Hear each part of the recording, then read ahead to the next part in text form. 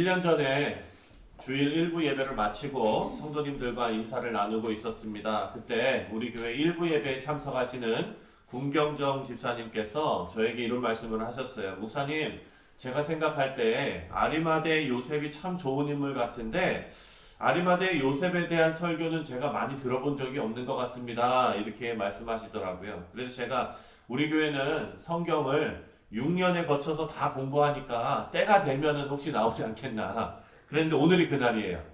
예, 그래서 우리 군경경 집사님께 이거 새벽에 아마 깨서 들으실지 모르겠는데 아무튼 군경정 집사님을 비롯해서 이 아침에 이 자리에 나오시는 우리 말씀을 사모하여 성경을 가까이 하시는 또 아침에 온라인으로 함께 하시는 우리 말씀을 가까이 하시는 우리 교회 모든 성도님들께 성령의 감동이 늘 함께 하시기를 주님의 이름으로 축원드립니다. 왜냐하면 말씀을 읽는 것은 여러분 그 성령의 감동하심으로 그것이 깨달아지고 믿어지기 때문입니다. 우리보다 말씀을 훨씬 더 많이 아는 학자들도 많습니다. 그런데 그런 학자들 중에서도 예수님 안 믿는 사람들이 많아요. 그럼 뭡니까? 바로 성령의 감동하심이 그 마음 가운데, 그 말씀 가운데 역사해야 된다라는 것입니다. 오늘 본문 말씀에 보면 성경에는 여러분 요셉이라는 이름이 참 많이 나옵니다. 우리가 잘 아는 대로 애굽의 총리였던 요셉도 있지요. 그리고 그 생물학적인 아버지는 아니지만 예수님의 아버지도 요셉입니다. 그리고 오늘 본문에 나오는 아리마대 요셉도 있습니다. 이 아리마대는 예루살렘과 조금 떨어진 곳입니다. 북서쪽으로 한 3, 4마일 정도? 네, 그 정도 떨어진 그런 곳인데 이 사람은 부자였다라고 성경이 기록하고 있습니다. 아리마대 지역 출신의 요셉이라는 사람은 부자였다. 오늘 본문 57절을 보면은요. 저물었을 때에 아리마대 부자 요셉이라 하는 사람이 왔으니 그도 예수의 제자라 라고 말합니다. 그리고 요셉이 예수님의 시체를 받아서 자기 무덤에 장사를 지냅니다. 마태복음에서는요, 이 내용을 58절부터 60절까지 58, 59, 60 딱 3절에 그거를 기록하고 있거든요. 아주 짧게 기록하고 있습니다. 그 58절부터 60절까지를 다시 한번 읽겠습니다. 58절부터 60절 시작. 빌라도에게 가서 예수의 시체를 달라 하니 이에 빌라도가 내주라 명령하거늘 요셉이 시체를 가져다가 깨끗한 세마포로 싸서 바위 속에 판 자기 새 무덤에 넣어두고 큰 돌을 굴려 무덤 문에 놓고 가니. 지금 예수님의 그 시체를 받아다가 장사를 지낸 이 내용을 3절에 거쳐서 아주 짧게 기록하고 있는데요. 이 예수님의 시체를 가져다가 장사 지낸 것은요, 이렇게 짧게 기술했지만 이것은 그렇게 생각만큼 쉬운 일은 아니었습니다. 왜냐하면 당시 로마 사람들은요, 십자가에 처형된 그런 시신들은 땅에 묻지 않았습니다. 그냥 방치하고 버려두었습니다. 우리가 앞으로도 묵상하겠지만 예수님께서 십자가에 못 박혔을 때에 그 식음을 전폐하고 그 앞에서 눈물 흘리던 여인이 있지 않습니까? 그 자리에서 왜 그렇게 했습니까?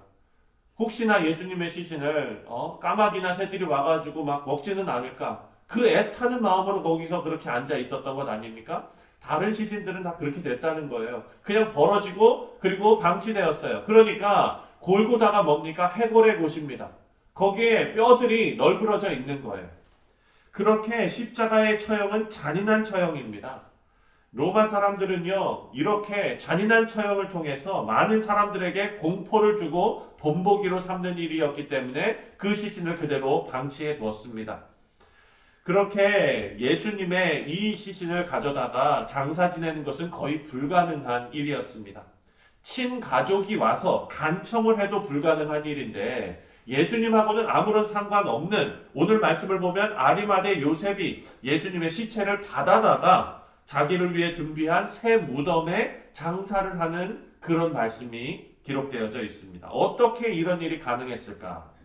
아리마대가 어떤 사람인지, 아리마대 요셉이 어떤 사람인지를 알아야 그 질문에 답을 할 수가 있습니다.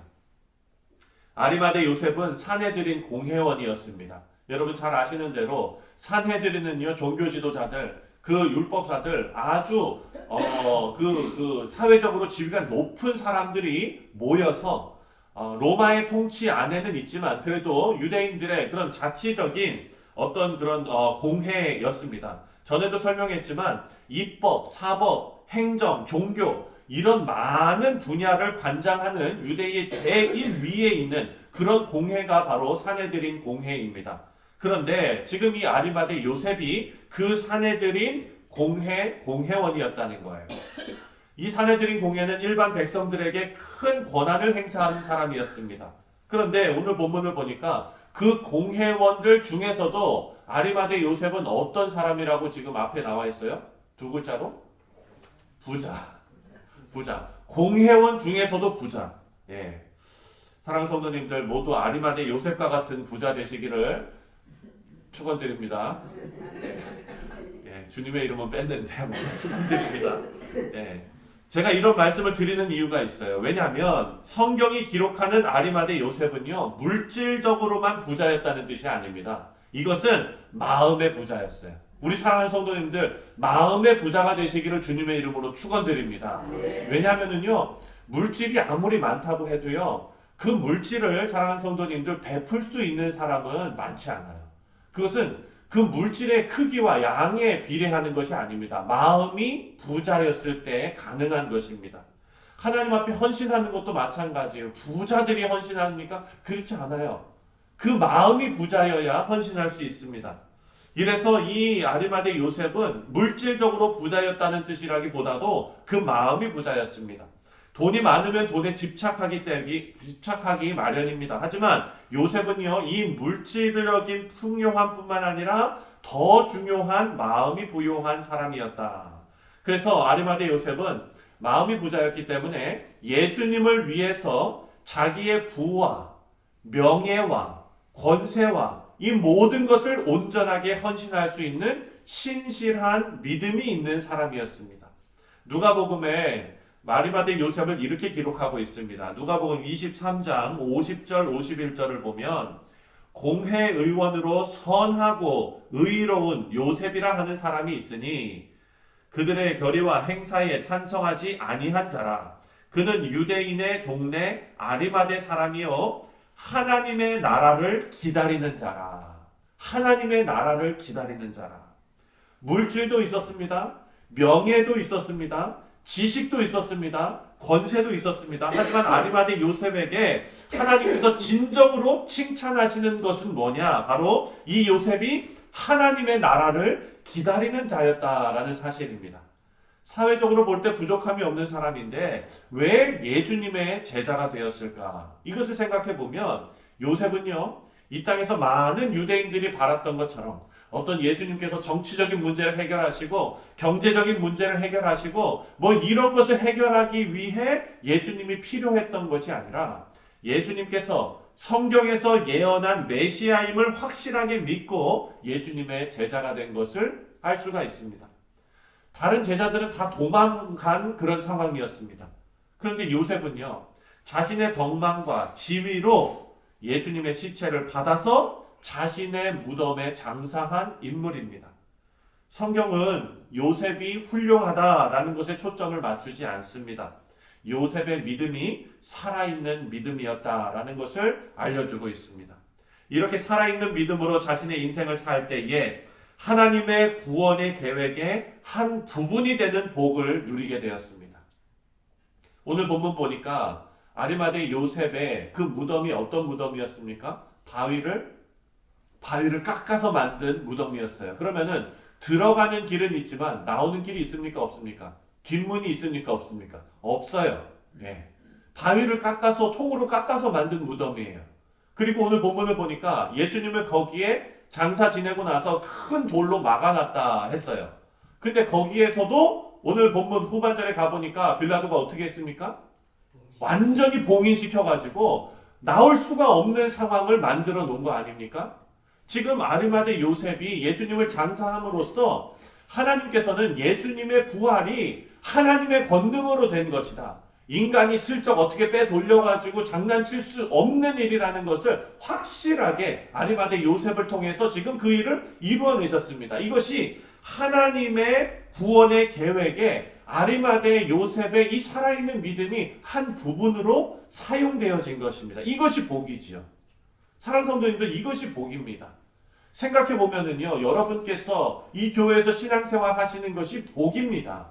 왜 복입니까? 하나님께서 이루어 가시는, 예수님께서 재림하시고 하나님의 나라가 이루어지는 이 역사 가운데 우리가 주님의 교회로서 한 부분으로 쓰임받고 있기 때문에 우리에게 복입니다.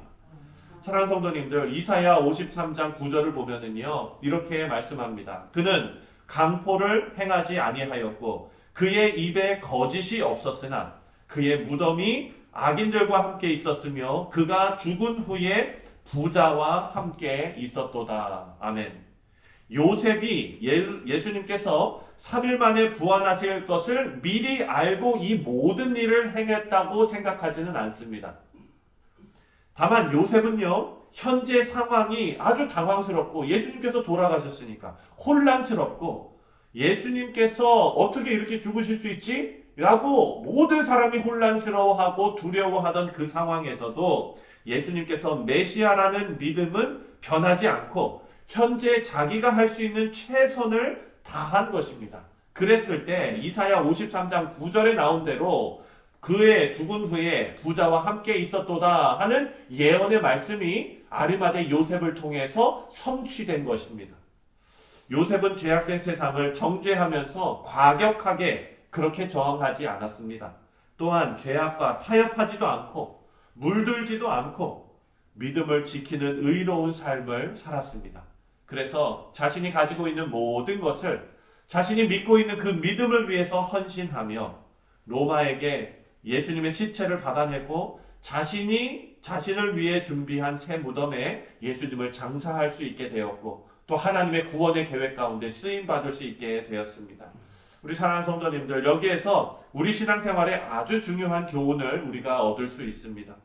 우리는 이 땅이 아니라 하나님의 나라를 소망하며 살아가는 성도가 되어야 합니다.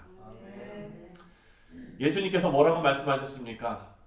낙타가 바늘 귀에 들어가는 것보다 뭐가 더 어렵다 그랬죠? 부자가 천국 들어가는 게 더 어렵다 그랬죠. 그 왜 그렇습니까? 부자는 이 세상에 마음을 더 많이 둘 수밖에 없는 그런 사람들이기 때문이다 라는 것이죠. 하지만 사랑하는 성도님들, 우리는요, 이 땅에서 부자여건 가난하건 그것과 상관없이 하나님의 나라를 소망하며 살아가는 성도들이 된다면 요셉처럼 하나님께 귀하게 쓰임받고 또 우리의 물질이 하나님의 나라를 위해서 귀하게 쓰임받고 우리의 인생이 하나님의 구원의 계획 가운데 소중하게 쓰임받는 그런 귀한 성도님들이 다 되시기를 주님의 이름으로 축원드립니다. 요셉이 예수님께서 하나님의 아들이심을 믿고 예수님을 통해 하나님의 나라가 실현되기를 기다렸던 것처럼 그래서 세상의 지위와 명예와 물질에 희망을 두지 않고 하나님의 나라와 그 의를 소망하며 살았던 것처럼 오늘을 살아가는 우리 뉴욕 성실장로교회 모든 성도님들 하나님의 나라와 그 의를 먼저 구하시는 귀한 성도님들이 다 되시기를 다시 한번 주님의 이름으로 축원드립니다. 기도하겠습니다.